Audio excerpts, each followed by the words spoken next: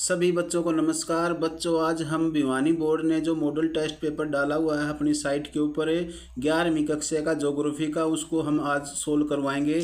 इस वीडियो को अंत तक देखना, ध्यान से नोट कर लेना, ये इम्पोर्टेंट रहेगा आपके लिए। जो 22 तारीख की परीक्षा होगी ज्योग्राफी में, उसमें यहाँ से आपको कुछ मदद मिल सकती है। देखिए, हमारा समझ लीजिए 60 अंक का हमारा कुल पेपर होगा और समय रहेगा 3 घंटे। इसमें देखते हैं पहला जो क्वेश्चन है, भूगोल आमतौर पर पृथ्वी की सतह के विभिन्न हिस्सों से संबंधित घटनाओं के अंतर का अध्ययन करता है। यह परिभाषा किसने दी? तो ये जो परिभाषा दी थी ये जर्मन के भूगोलविद थे अल्फ्रेड हेटनर। तो बी ऑप्शन इसका बिल्कुल सही है। अल्फ्रेड हेटनर जो थे ये जर्मन के भूगोलविद थे और निश्चयवादी विचारधारा के ये समर्थक रहे हैं। तो ये देखिए अल्फ्रेड हेटनर है, इन्होंने इस विचारधारा को दिया था, ये परिभाषा उन्होंने दी थी। दूसरा क्वेश्चन है, निम्नलिखित में से कौन सा कथन आंतरिक ग्रहों के प्रतिनिधित्व करता है? आंतरिक ग्रहों का जो प्रतिनिधित्व करता है, इसमें देखिए ये ग्रह दिखाई दे रहे हैं आपको। इसमें सूर्य और शुक्र ग्रहों की बेल्ट के बीच के जो ग्रह हैं वो आंतरिक ग्रह हैं। यानी कि सूर्य के बाद देखिए ये बुध है, बुध के बाद शुक्र है, फिर पृथ्वी है, फिर मंगल है। यानी कि उसके बाद आता है शुक्र ग्रह की जो पेटी है। तो शुक्र ग्रह और सूर्य के बीच का जो ग्रहों का जो 4 ग्रह हैं, बुध शुक्र पृथ्वी मंगल, ये ग्रह कौन से हैं? आंतरिक ग्रह हैं। तो ये बी ऑप्शन इसका बिल्कुल सही है। आंतरिक ग्रहों में आ जाएंगे, सूर्य और शुक्र ग्रहों के बीच के बेल्ट को आंतरिक ग्रह कहते हैं। इसमें 4 हैं, बुध शुक्र पृथ्वी मंगल। अगला प्रश्न देखिए, निम्नलिखित में से कौन सा अंतःजनित बलों का उदाहरण है? यानी कि जो इंडोजेनिक फोर्स हैं, आंतरिक जो बल हैं, मैंने बता रखा है आपको 2 प्रकार की शक्तियां हैं, 2 प्रकार के बल हैं जो हमारे धरातल को क्या कर देते हैं, रूप बदलते रहते हैं, बाह्य बल और आंतरिक बल। तो आंतरिक बलों में देखिए इसमें ज्वालामुखी जो है वो आंतरिक बल है, जबकि अपक्षय, संतुलन और कटाव ये नहीं आएंगे। तो ज्वालामुखी और भूकंप जो होते हैं ये आंतरिक शक्तियाँ होती हैं। तो बी ऑप्शन इसका बिल्कुल सही है, ज्वालामुखी। अगला प्रश्न देखिए, मानव के लिए महत्वपूर्ण वायुमंडलीय परत कौन सी है? मानव के लिए सबसे महत्वपूर्ण जो वायुमंडल की जो परत है, तो मानव जिसमें सांस लेता है, मानव जिसमें रहता है, वही मानव के लिए महत्वपूर्ण परत है। तो इसमें अक्षोभ मंडल जो है वो बिल्कुल सही है, सी ऑप्शन बिल्कुल सही है। अक्षोभ मंडल होती है वो वायुमंडल की सबसे निचली परत है, हम इसी में अपने कार्य करते हैं, इसी में मौसम संबंधित परिवर्तन होते हैं और बादल बनते हैं, वर्षा होती है। तो अक्षोभ मंडल जो है वो सबसे महत्वपूर्ण वायुमंडल की परत है। अगला प्रश्न देखिए, अगला प्रश्न है, निम्नलिखित में से कौन सा कथन कोपेन के ए प्रकार की जलवायु के लिए उपयुक्त है? तो इसमें जो सही उत्तर आएगा ये सी ऑप्शन बिल्कुल सही है। सभी महीनों का औसत मासिक तापमान 18 डिग्री सेल्सियस से अधिक होता है।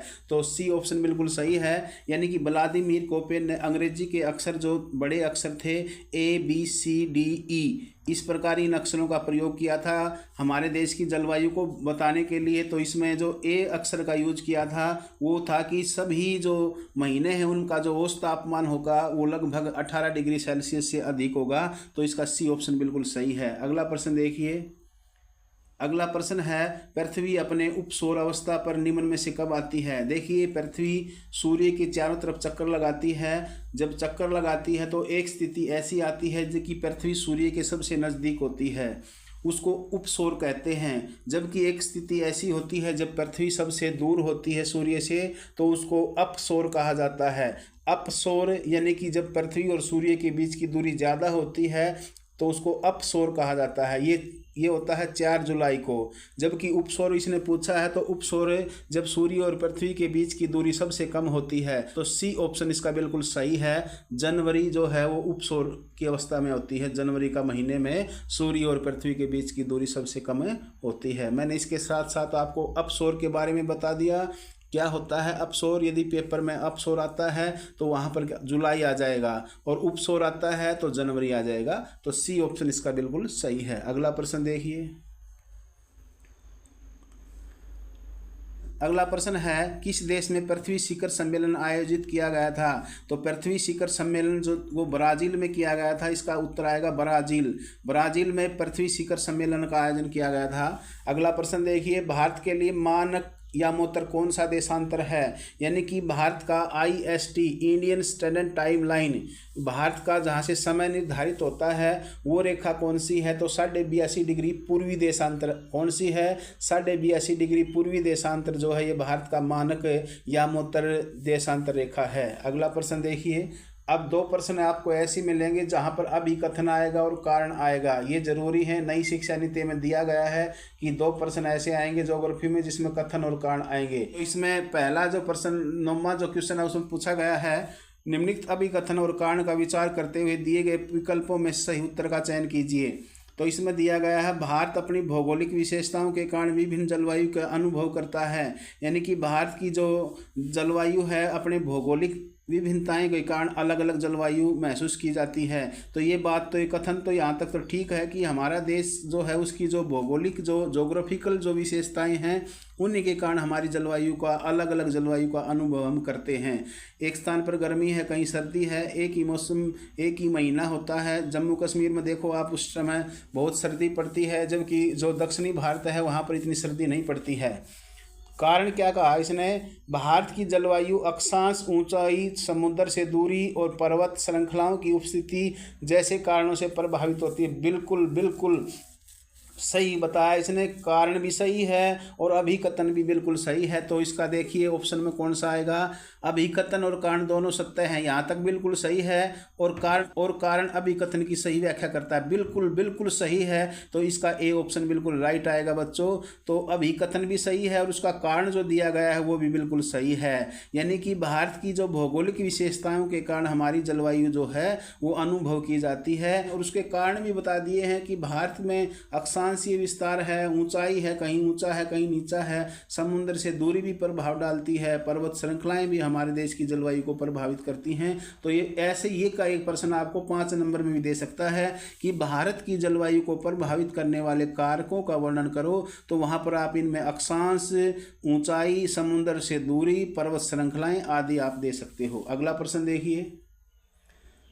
अगला प्रश्न है, निम्नलिखित अभिकथन एवं कारण पर विचार करना है। देखिए क्या है अभिकथन, भारत में बाढ़ आम प्राकृतिक आपदा है। ये यहाँ तक ठीक है, कथन है कि भारत में बाढ़ें आ जाती हैं, बिल्कुल बताता है ये कि बाढ़ खूब आती हैं। बिहार, पश्चिमी बंगाल में आपने टीवी पर देखा है कि बाढ़ आ गई है पश्चिमी बंगाल में, बिहार में, असम में।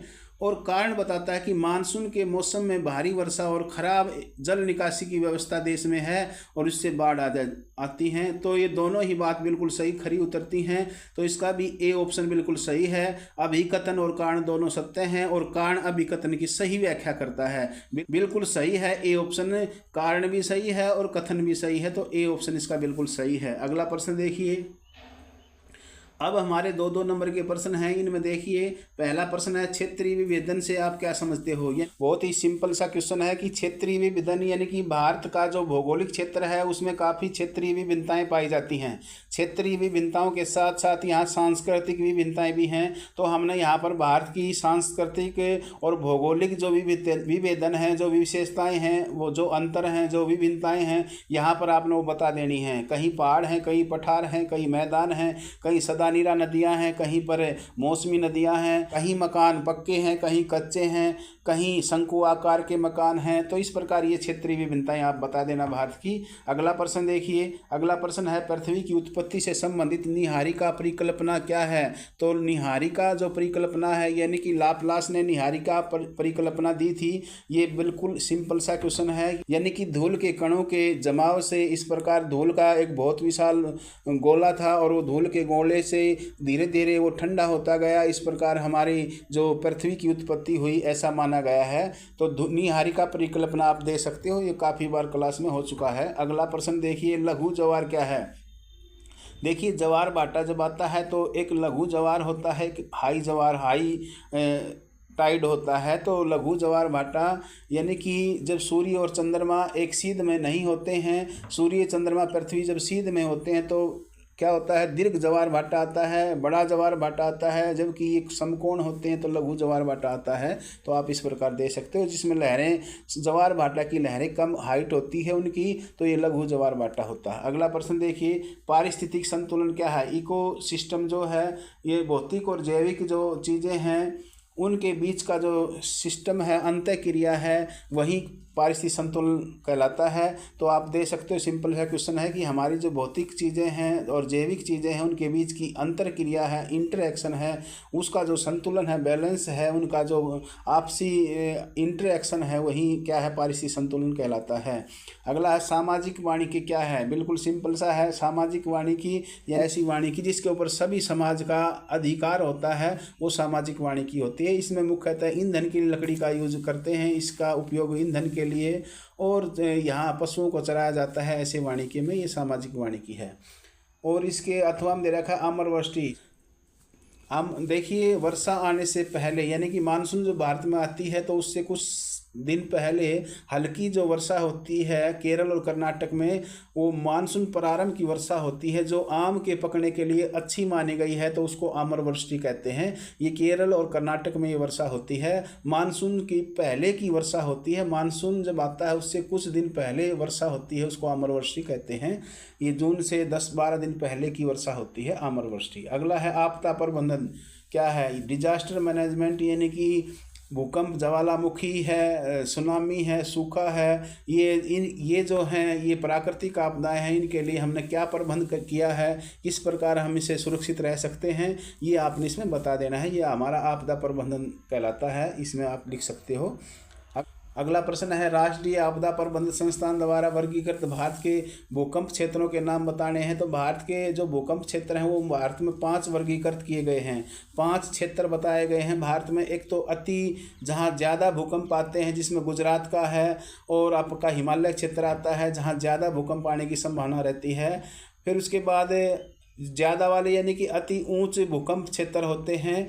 फिर ऐसा है उसके बाद उसके नज़दीक वाले जो क्षेत्र हैं जहाँ पर कम भूकंप आते हैं, और जो सबसे सेफ जोन है जो हमारा प्रायद्वीप पठार है उसके बीच वाला भाग है, और हरियाणा, पंजाब, दिल्ली का जो एरिया है ये सबसे कम भूकंप वाले क्षेत्र में आता है। जबकि देश का उत्तर पूर्वी क्षेत्र है वो अधिक भूकंप वाले क्षेत्र में आता है, हिमालय पर्वतीय अधिक भूकंप वाले क्षेत्र में आता है। ये जिस प्रकार आपको इस मानचित्र में दिखाई दे रहा है, ये ऐसे आप इसको देख सकते हो। ये हमारा प्रश्न हो सकता है, इस प्रकार कर देना इसको। अगला प्रश्न है महाद्वीपीय अपवाह सिद्धांत का मूल अवधारणा क्या थी, व्याख्या करना है। देखिए, महाद्वीपीय अपवाह सिद्धांत जो है वैगनर ने दिया था 1912 में। ये कॉन्टिनेंट ड्रिफ्ट थ्योरी है। इसमें बताया गया है कि हमारे सभी महाद्वीप पहले मिले हुए थे जिसको पेंजिया कहा है। उसके चारों तरफ एक सागर था, महासागर था, जिसको पेंथालासा नाम दिया गया है। ये जो पेंथालासा है आज प्रशांत महासागर जो है वो उसी का भाग है। और इसमें जब हमारा जो पेंजिया था उसके 2 भाग हुए, ऊपर वाला जो भाग था उसमें अंगारा लैंड और नीचे वाले भाग को गोंडवाना लैंड कहा गया है। अंगारा लैंड में उत्तरी अमेरिका था, यूरोप था, एशिया था, ग्रीनलैंड था। जबकि गोंडवाना लैंड में जो ऑस्ट्रेलिया था, दक्षिणी अमेरिका, अफ्रीका, ये जो थे क्षेत्र थे ये गोंडवाना लैंड के भाग थे। इस प्रकार आप इसको कर देना। अगला है भौमजल द्वारा निर्मित निक्षेपित भूआकृतियों को समझाएं। अंडरग्राउंड जो वाटर है वो कौन कौन सी भूआकृतियाँ बनाता है, तो ये कई बार मैंने आपको क्लास में कई बार करवा दिया है। इसमें भौमजल होता है मुख्य रूप से स्टेलेक्टाइट, स्टेलेकमाइट, पोलजे, ये इस प्रकार की ब्लाइंड जो वैली है, अंधी घाटी बोलते हैं, ये इस प्रकार ये आकृतियाँ बनाता है। या आप इसको अच्छी प्रकार से तैयार कर सकते हो, इस क्वेश्चन को देख लेना। अगला प्रश्न है हमारे देश के सबसे पूर्वी और पश्चिमी भाग के बीच में 2 घंटे का समय भिन्नता क्यों पाई जाती है। बिल्कुल सिंपल है कि हमारा जो विस्तार है पूर्व से पश्चिम का जो विस्तार है वो 2 घंटे का डिफरेंस इसलिए है कि 30 डिग्री का लगभग हमारा जो देशांतरीय विस्तार है उसमें लगभग 30 डिग्री का डिफरेंस है। यानी कि गुजरात में 68 डिग्री 7 मिनट से 97 डिग्री 25 मिनट तक हमारा देशांतरीय विस्तार है। गुजरात और अरुणाचल प्रदेश जो पूर्वी छोर है उनके बीच में जब 30 डिग्री का विस्तार है देशांतरीय, तो आपको पता है कि 1 डिग्री हमारी पृथ्वी जब घूमती है तो 4 मिनट लेती है। 1 डिग्री को घूमने के लिए 4 मिनट लगती हैं। तो इस प्रकार 30 डिग्री को 4 से गुणा करेंगे तो 120 मिनट आ जाती हैं। 120 मिनट का मतलब होता है 2 घंटे। तो इस प्रकार 2 घंटे का डिफरेंस भारत में पाया जाता है। लेकिन हमने इस 2 घंटे को डिफरेंस को ख़त्म करने के लिए क्या किया है, एक 82.5 डिग्री पूर्वी देशांतर को IST मान लिया गया है जो भारत के बीच से गुजरती है। इंडियन स्टैंडर्ड टाइम लाइन जो है वो जो इलाहाबाद, मिर्ज़ापुर वहाँ से गुजरती है। आपने इस प्रकार इसको कर देना। अगला है प्रायद्वीप नदियों की विशेषताएं, बहुत सिंपल सा प्रश्न है। प्रायद्वीप की नदियां हैं वो मौसमी नदियां हैं। इसमें महानदी, गोदावरी, कृष्णा, कावेरी, नर्मदा, तापी, ये आप बता देना है, ये मौसमी नदियां हैं। इसमें नर्मदा और तापी नदी जो है वो बिल्कुल बाकी नदियों से विपरीत अरब सागर में गिरती हैं, जबकि ये महानदी, गोदावरी, कृष्णा, कावेरी जो है ये बंगाल की खाड़ी में गिरती हैं। या इस प्रकार इसको बता सकते हो, आप दे सकते हो उत्तर इसका। अगला है अंत उष्णकटिबंधीय भीषण क्षेत्र, इंटरट्रॉपिकल जोन जो है वो दोनों गोलार्धों में 20 डिग्री अक्षांश तक फैला है। और ये इंटरट्रॉपिकल जोन यानी कि जहाँ गर्मी ज़्यादा है, भूमध्य रेखा के आसपास जब ये उत्तरायण होता है तो अपने साथ जो ये हिंद महासागर से पवनों को ऊपर की ओर खिसका देता है, जिससे भारत में मानसून की, ऐसा माना गया है कि भारत में मानसून की उत्पत्ति होती है। इस प्रकार इसको कर सकते हो। देखिए अगला प्रश्न क्या है, पर्वतीय वनों के बारे में स्पष्ट कीजिए। जो पर्वतीय वन हैं जो हिमालय पर्वत पर हैं, नीचे दक्षिण भारत में नीलगिरी पर पाए जाते हैं। ये जो पर्वतीय वन होते हैं ये शंकुधारी मिलते हैं अधिकतर, क्योंकि हिमालय पर्वत के ऊपर बर्फ़ गिरती है तो बर्फ़ फिसल सके इसलिए शंकुधारी और इनकी पत्तियां चिकनी होती हैं। फर, चीड़, सपुर, देवदार ये इनके प्रमुख वृक्ष हैं। आप इस प्रकार इसको बता सकते हो। इनके लाभ भी हैं क्योंकि हल्की लकड़ी होती है, इनके काफ़ी लाभ हैं। अगला है हिमालय तथा भारत के उत्तर पूर्वी क्षेत्रों में अधिक भूकंप क्यों आते हैं। देखिए भूकंप वाला जो लेसन था पहले भी आ लिया कि हिमालय क्षेत्र और उत्तर पूर्व क्षेत्र में भूकंप क्यों आते हैं। इसका मुख्य कारण ये है कि हिमालय जो क्षेत्र है और उत्तर पूर्वी इलाका है, ये हमारा हिमालय का सबसे नवीन पर्वत हिमालय क्षेत्र है। नवीन पर्वत है दुनिया का हिमालय, और यहाँ की चट्टानें मुख्य रूप से ढीली हैं, और यहाँ चट्टानें ढीली हैं और ये प्लेट जो है उत्तर की ओर खिसक रही है, ऐसा माना गया है, जिससे कि यहाँ पर भूकंप की संभावना ज़्यादा बनी रहती है। अगला क्वेश्चन है, चक्रवात के बचने के लिए बुनियादी आवश्यकता क्या है। तो चक्रवात से बचने के लिए सबसे पहले तो हमें रेडियो और टीवी जो है उसकी जो सूचनाएं हैं वो हमें समय समय पर लेनी चाहिए। टीवी देखते रहना चाहिए, आपको पता लग जाता है कि किस समय कब चक्रवात आने की संभावना है। दूसरा है मकानों की मरम्मत समय पर करते रहें। तीसरा क्या है कि जो चक्रवात हैं उनके विपरीत हमें ऐसी जो खिड़कियां हैं विपरीत हमें लगानी चाहिए कि ताकि हवा जो है वो हमारे घर के अंदर प्रवेश न कर सके। चक्रवात वाले जो क्षेत्र होते हैं वहाँ पर दरवाजे खिड़कियाँ भी इस अनुसार लगाने चाहिए कि ताकि चक्रवात का प्रभाव न पड़ सके। तो ये कुछ सामान्य से उपाय आप चक्रवात के कुछ बुनियादी आवश्यकताएँ हैं इनके। और इसके अतिरिक्त जो पेड़ हैं उनको एक पर रक्षक मेखला के रूप में एक कतार में ऐसे लगाना चाहिए जैसे जो हवा है उसका प्रभाव कम हो सके। ये कुछ सामान्य उपाय आप कर सकते हो इसमें पेपर में। अगला प्रश्न देखिए, अगला प्रश्न है रासायनिक अपक्षय के विभिन्न प्रकारों की व्याख्या कीजिए। जो रासायनिक अपक्षय है इसमें आपको पता है कि जब चट्टानें अपने मूल स्थान पर टूट जाती हैं तो उसको अपक्षय कहते हैं। रासायनिक अपक्षय मुख्य रूप से कहाँ होता है, जहाँ चूना प्रधान चट्टानें होती हैं उन क्षेत्रों में रासायनिक अपक्षय ज़्यादा देखने को मिलता है। रासायनिक अपक्षय के प्रकारों में जलयोजन है, ऑक्सीडेशन है और विघटन है। इस प्रकार चट्टानें घुल जाती हैं, तो ये रासायनिक अपक्षय के कुछ प्रकार हैं। अगला प्रश्न है नदी की विभिन्न अवस्थाओं को समझाएं। तो नदी की जो अवस्थाएं मुख्य रूप से युवावस्था होती है। युवावस्था पहाड़ों के ऊपर जहाँ पर नदी का उद्गम होता है उसके बाद जब नदी चलती है तो युवावस्था उसमें कैनियन महाखंड गैर्ज बनाती है, वह अपर्दन का कार्य ज़्यादा करती है युवा अवस्था में। प्रौढ़ अवस्था होती है वो मध्य क्षेत्र में होती है जब मैदानों में नदी आ जाती है। और उसके बाद होती है जीर्ण अवस्था। जीर्ण अवस्था में जब नदी डेल्टा बनाती है, जब बिल्कुल समुद्र में गिरती है तो वो जीर्ण अवस्था नदी की है जब नदी समुद्र में गिरती है। इस प्रकार आपने 3 अवस्थाओं को वर्णन कर दें।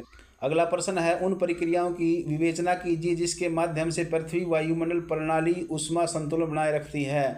इस प्रश्न की अपेक्षा आप ये जो अथवा में दिया गया ये प्रश्न आपको अच्छा रहेगा। ये कर सकते हो कि पवनों की दिशा और वेग को कौन कौन से कारक प्रभावित करते हैं। जो पवनें होती हैं उनकी दिशा और उसका जो वेग है, गति है, उसको कौन कौन से कारक होते हैं। तो इसमें ढाल जो भूमि का ढाल है वो प्रभावित करता है इनको, पवनों की दिशा को और वेग को। और दूसरा जो इमारत हैं, बिल्डिंग हैं, वो भी पवन की दिशा और वेग को प्रभावित करते हैं। तीसरा जो पेड़ पौधे वन है, वनस्पति है, ये भी पवनों की दिशा और वेग को प्रभावित करते हैं। चौथा क्या है कि जो वायुदाब है वो भी पवनों की दिशा को प्रभावित करने वाला प्रमुख कारणों में है। जो वायुदाब जिस स्थान पर वायुदाब निम्न है, दूसरे उसके आसपास जहाँ उच्च वायुदाब है तो वहाँ से पवनें निम्न वायुदाब की ओर आती हैं। ये इसके बाद है समुद्र जो है वो भी पवनों की दिशा को प्रभावित करता है। समुद्र के ऊपर पवनों की कोई रोक टोक यानी कि कोई रुकावट नहीं होती, जिससे वहाँ पवनें तीव्र गति से चलती हैं, उनका वेग तेज होता है।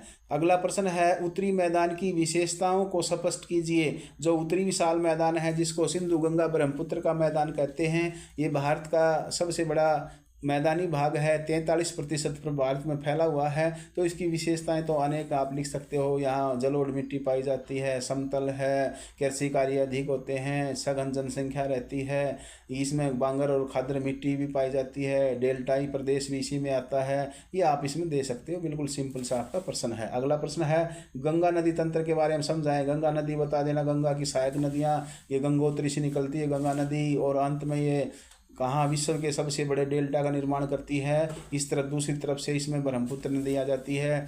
इसमें घाघरा, गंडक, कोसी है, चंबल, सिंध, बेतवा, कैन, यमुना, इसकी कुछ सहायक नदियाँ हैं, आप इसे बता देना ऐसे। अगला ये मानचित्र कार्य देखिए, बड़ा अच्छा मानचित्र कार्य दिया है। बाकी ये पेपर तो थोड़ा टफ था।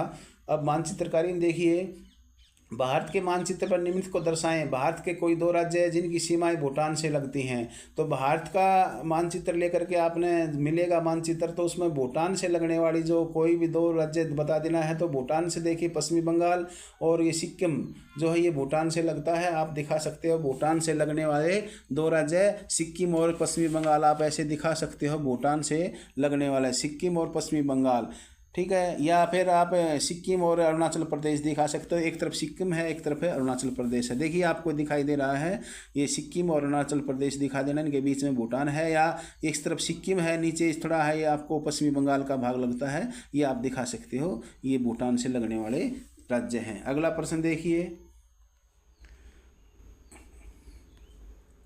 अगला मानचित्र में पूछा है पाक जल डमरू। जो पाक जल डमरू है, देखिए भारत और श्रीलंका के वो अलग कर देता है। पाक जल डमरू ये भारत और श्रीलंका के बीच में, यहाँ पर ये पाक जल डमरू है, ये दिखाई दे रहा है आपको। अगला है महानदी का डेल्टा। महानदी ये उड़ीसा में है। उड़ीसा में महानदी बहती है, और विश्व का सबसे लंबा बांध हीराकुंड बांध इसी नदी के ऊपर है। देखिए ये महानदी का डेल्टा है, आपको ये ऐसे दिखाई दे रहा है, ये महानदी का डेल्टा है। ये महानदी बंगाल की खाड़ी में गिरती है। अगला है नर्मदा नदी। नर्मदा नदी देखिए, नर्मदा और तापी ये दो विशेष नदियां हैं जो किसमें अरब सागर में गिरती हैं, जो पश्चिम की ओर बहती है। ये नर्मदा नदी आपको दिखाई दे रही, देखिए नर्मदा अमरकंटक से निकलती है ये नर्मदा नदी। और इसकी खास बात एक और है कि ये नर्मदा नदी जो है, इसके ऊपर धुआंधार जलप्रपात है। जबलपुर में धुआंधार जलप्रपात है। जबलपुर में किस नदी पर? नर्मदा नदी के ऊपर है। देखिए अगला है थार रेगिस्तान। थार मरुस्थल देखिए, ये भारत का सबसे बड़ा मरुस्थल है, ये राजस्थान में है। देखिए आपको ये अलग से घुग्गी सी दिखाई दे रही है, ये राजस्थान का थार मरुस्थल है। यहाँ वर्षा कम होती है, आपने ये दिखा देना है। तो ये हमारा आज का ये मानचित्र कार्य के साथ साथ पूरा मैंने मॉडल पेपर करवा दिया है भिवानी बोर्ड का, +1 क्लास का है ये। यदि आपने वीडियो अच्छी लगी हो तो इसको शेयर कर दीजिए, धूम मचा दीजिए। जय हिंद, जय भारत।